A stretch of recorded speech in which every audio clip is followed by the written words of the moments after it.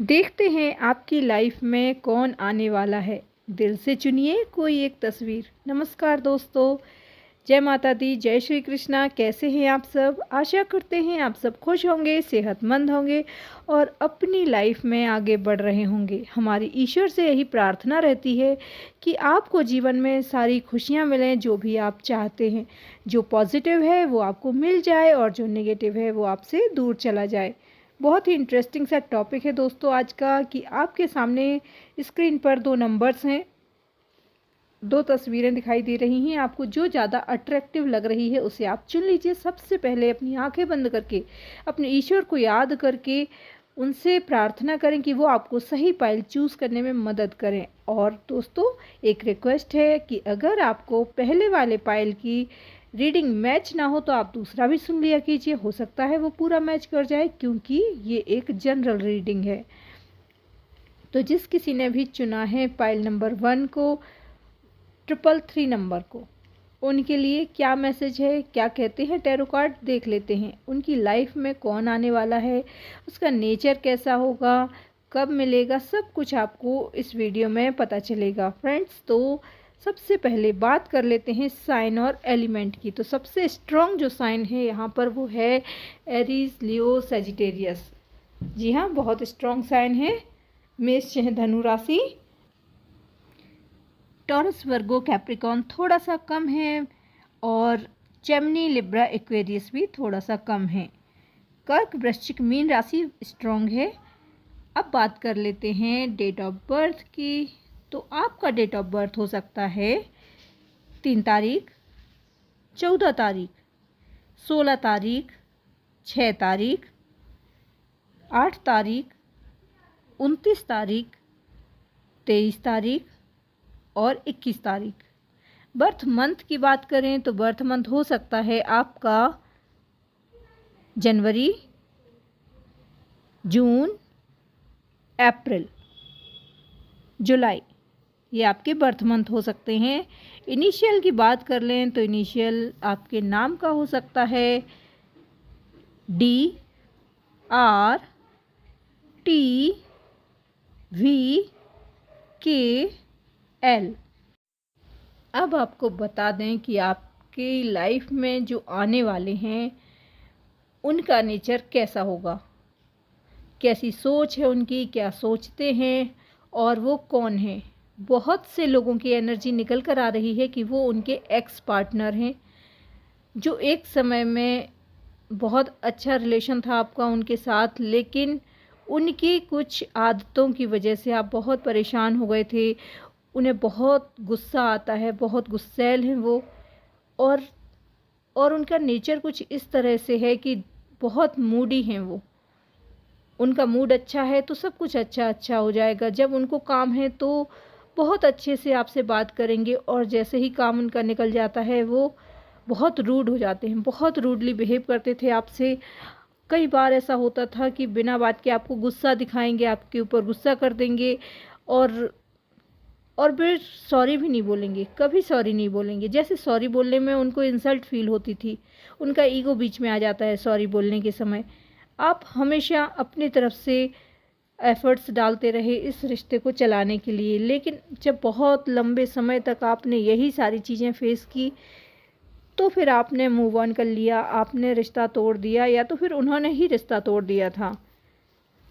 और अब एक लंबे समय के बाद उन्हें इतना पछतावा हो रहा है, अपने किए पर पछता रहे हैं कि उन्होंने आप जैसे हीरे को खो दिया है। उन्हें इतनी अब आपकी वैल्यू समझ में आ रही है। अब उन्हें समझ आ रहा है कि उन्होंने क्या खोया है, उन्होंने ऐसा क्यों किया। अपने आप पर वो बहुत ज़्यादा गुस्सा होते हैं और उन्हें ऐसा लगता है कि जब वो आपके साथ थे तो उनकी लाइफ बहुत अच्छी थी। हुआ ये कि उन्होंने अपने गुस्से की वजह से, अपनी हरकतों की वजह से कभी आपकी कद्र नहीं की। आप उन्हें अनकंडीशनल लव देते रहे और उन्होंने हमेशा आपको रूड बिहेव और लड़ाई झगड़ा, सिवाय गुस्से के, सिवाय ताने देने के और कुछ नहीं किया। बहुत शकीन नेचर था इनका, बहुत शक करते थे, बहुत ज़्यादा कंट्रोल में रखना चाहते थे। और इतनी बंदिशें कि वहाँ क्यों गए, फ़ोन क्यों नहीं लगाया, 2 दिन से बात क्यों नहीं की, आपके ऊपर बहुत सारी उनने बंदिशें लगा रखी थी। और अंडरस्टैंडिंग के नाम पे बस हमेशा यही चाहते थे कि आप कंप्रोमाइज़ करो, हमेशा आपको समझना है उनको, वो चाहे कुछ भी करें, लेकिन आप तो समझ सकते हैं, आपने क्यों नहीं समझा, आपने क्यों नहीं अपना दिमाग लगाया।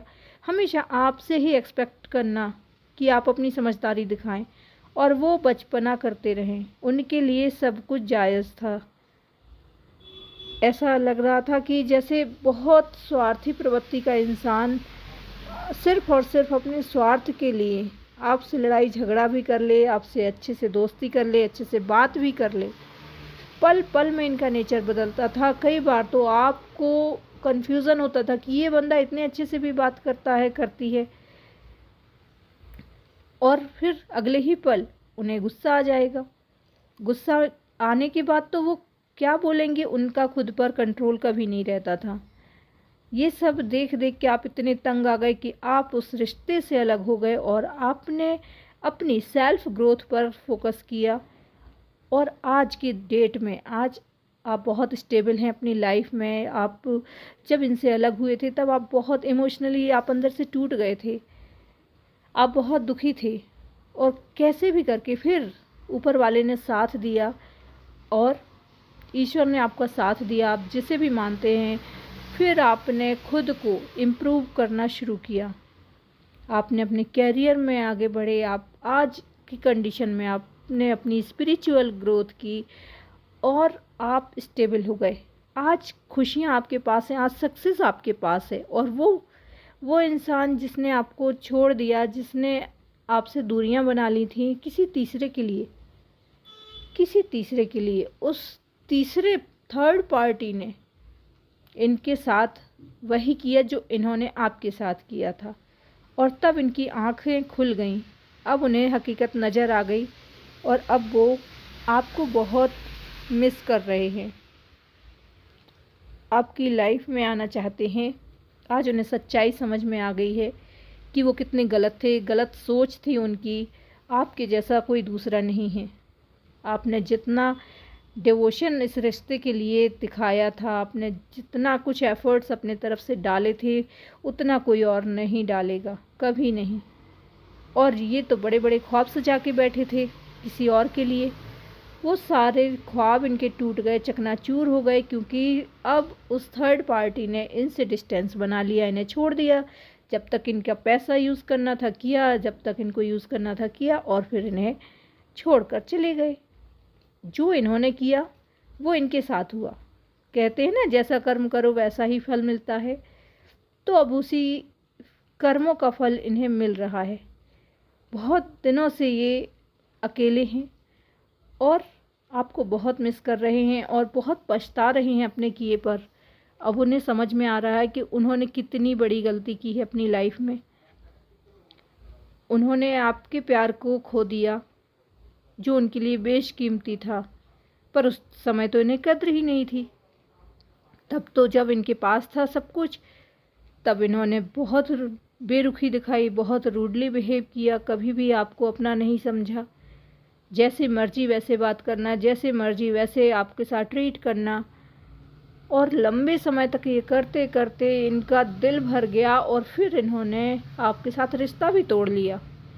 आज पछता रहे हैं। और आपको एक बात बताएं, ये जो आपके एक्स हैं वो आपके पास लौट कर आएंगे, वो चाहे मेल हों चाहे फीमेल हों, लेकिन अब सुधर कर आएंगे, क्योंकि अब वो हकीकत देख कर आए हैं, उनकी आंखें खुल गई हैं। अब कभी वो अपना पिछला जो व्यवहार था, उनका जो बिहेवियर था, वो सब छोड़ कर आएंगे, मैच्योर पर्सन की तरह आएंगे आपकी लाइफ में, और फिर आपका रिलेशन लॉन्ग लाइफ चलेगा। इन्होंने बहुत गलतियां की हैं, इतनी गलतियां की हैं कि हो सकता है आप इन्हें माफ़ ना कर पाओ।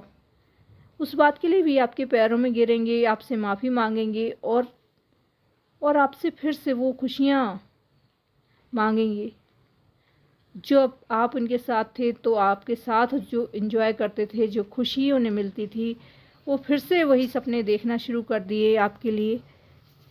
वो सोच रहे हैं कि सब कुछ सही हो जाएगा, आप मान जाओगे, वो आपको मना लेंगे। उन्हें इतना कॉन्फिडेंस है अभी भी अपने ऊपर। पछतावा बहुत है दिल ही दिल में, लेकिन हो सकता है उन्हें एहसास है कि आप अभी भी उन्हें प्यार करते हैं। उनके लिए आप अभी रीडिंग देख रहे हैं, तो आपके दिल में भी प्यार तो है। और उन्हें एहसास है इस चीज़ का, या जो भी हो अब वो सुधर कर आपके पास आने को बेकरार हैं, आपसे बात करने के लिए तड़प रहे हैं। आई होप आपको समझ में आ गया होगा। जय माता दी, जय श्री कृष्णा। अब बात कर लेते हैं सेकंड वाला पायल, जिस किसी ने अभी चुना है उनके लिए टैरो कार्ड क्या मैसेज लाए हैं। फ्रेंड्स, आपने चुना है पायल नंबर 2 को और आप जानना चाहते हैं कि आपकी लाइफ में कौन आने वाला है, कौन आने वाला है, उसका नेचर कैसा होगा, वो कब आएगा, कैसे मिलेगा आपसे। तो आपको सब कुछ बताते हैं। सबसे पहले आपको बता दें कि जो भी पर्सन आ रहा है बहुत मैच्योर है, बहुत समझदार है, नेचर लविंग है। उसे किसी भी चीज़ में दिखावा बिल्कुल भी पसंद नहीं है। उसका जो नेचर है बहुत शांत है और एक बैलेंस एनर्जी वाला इंसान है। वो चीज़ों में बैलेंस करके रखता है, कैरियर में, फैमिली में, रिश्तों में उसे बैलेंस पसंद है। और बहुत सारे लोगों की यही एनर्जी यहाँ पर आ रही है कि ये एक न्यू रिलेशनशिप है, न्यू बिगनिंग है। न्यू बिगनिंग मतलब बहुत पुराना रिश्ता नहीं है। यहाँ पर कोई भी लड़ाई झगड़े जैसा, गलतफहमी जैसी कोई एनर्जी नहीं आ रही है। और ऐसा लग रहा है कि अभी आप दोनों के बीच एक अच्छी अंडरस्टैंडिंग, अच्छी बॉन्डिंग हो रही है। तो जो एक्सपेक्टेशन होती है नए नए रिलेशनशिप में, बस वही है। आपके दिल में बहुत कुछ इच्छा है इनके बारे में जानने की, उसी तरह से उनके दिल में भी बहुत इच्छा है आपके बारे में जानने की। तो आपको हम बता दें कि इनका नेचर जो है बहुत शांत है और उन्हें बहुत सिंप्लिसिटी पसंद है, बहुत ज़्यादा दिखावा पसंद नहीं है। कोई भी ओकेजन है, आप बड़े बड़े गिफ्ट, सरप्राइज़ गिफ्ट दे रहे हैं, ये कर रहे वो कर रहे, नहीं, इन्हें दिखावा पसंद नहीं है। जब भी इनके पास टाइम हो तो ये जहाँ ग्रीनरी है वहाँ जाकर बैठना पसंद करेंगे। स्पिरिचुअल टाइप के इंसान है, बहुत सिंपल, बहुत लग्जरी लाइफ इन्हें नहीं चाहिए। और वो इसीलिए आपको पसंद कर रहे हैं कि कहीं ना कहीं उन्हें आप में वो सिंप्लिसिटी नज़र आती है। उन्हें हो सकता है आप या वो साथ में काम करते हैं, आप की जो फील्ड है सेम फील्ड है आप दोनों की, या आप कहीं मिलते हैं, आप कॉलेज फ्रेंड भी हो सकते हैं, आप हो सकता है साथ में वर्क करते हैं, ऑफिस में साथ में काम करते हैं, आपके बॉस हो सकते हैं, आपके सेक्रेटरी हो सकते हैं, वो कोई भी हो सकते हैं, आपके आसपास ही हैं।